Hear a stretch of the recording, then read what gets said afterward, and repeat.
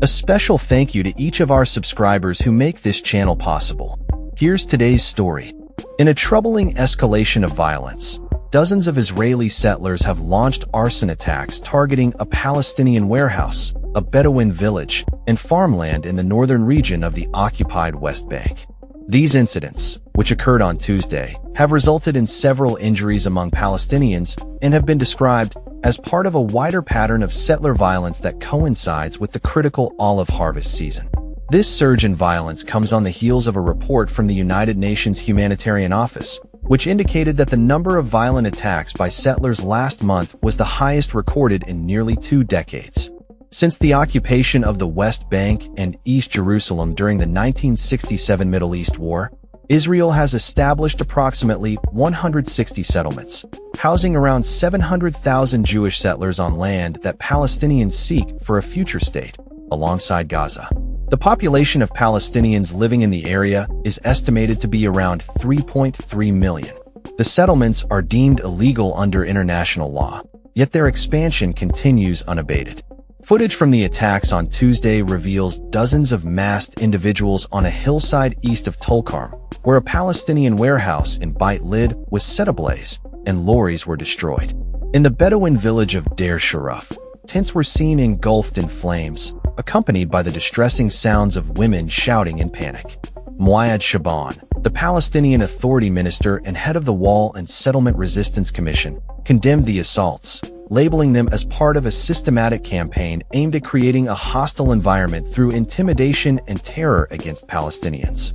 In response to these violent confrontations, the Israel Defense Forces, IDF, reported that troops were dispatched to the scene to disperse the violence using riot control measures and apprehended several Israeli civilians involved in the attacks. However, the IDF also noted that their soldiers came under attack from nearby settlers, resulting in damage to their vehicle. Israeli police confirmed that 4 suspects were arrested in connection with the incidents. Israeli President Isaac Herzog characterized the recent events as shocking and serious, attributing the violence to a handful of violent and dangerous individuals. He condemned the attacks on civilians and IDF soldiers, stating that such actions cross a red line. The head of IDF Central Command, Major General Avi Bluth, echoed these sentiments, emphasizing that the violent actions of fringe youth against innocent civilians and security forces are both unacceptable and serious, requiring firm action.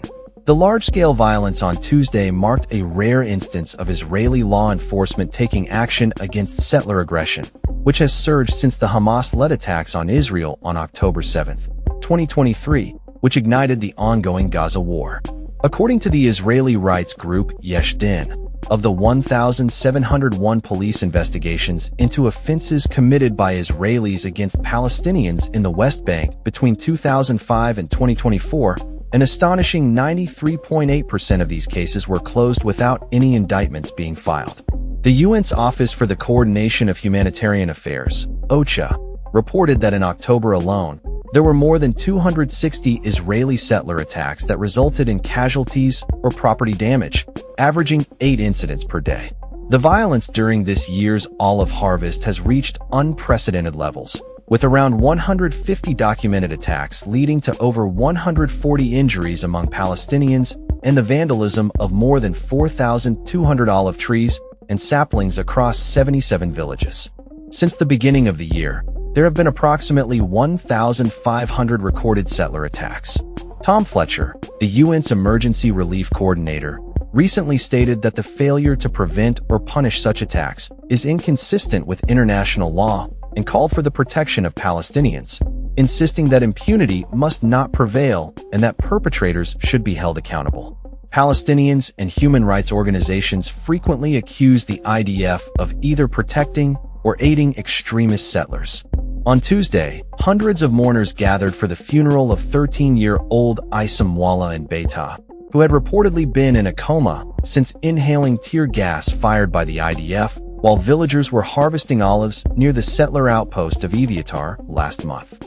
In some instances, Israeli activists and foreign volunteers have come to assist Palestinian farmers during the olive harvest, only to find themselves under attack as well. Recent videos from Beirut showed masked individuals wielding clubs and violently assaulting local Palestinians and volunteer paramedics, as well as a photographer from Reuters and a security advisor.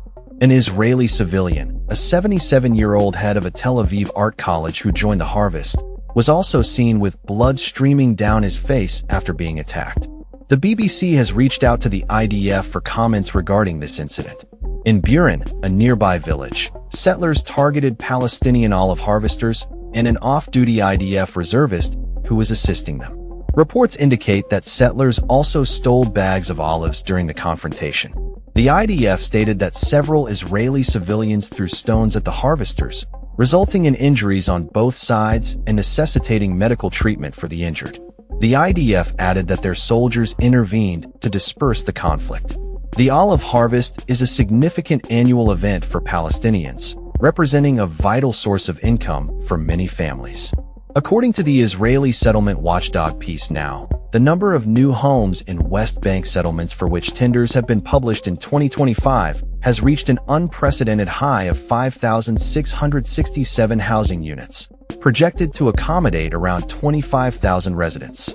Pro-settler Israeli Finance Minister Bezalel Smotrich has prioritized expediting the planning and approval process for new settler housing, land appropriation for settlement construction, and legalizing outposts established without government authorization. Smotrich, who also holds a ministerial position responsible for civilian affairs in the West Bank, has made it clear that his efforts aim to de facto annex the West Bank and obstruct the establishment of a Palestinian state.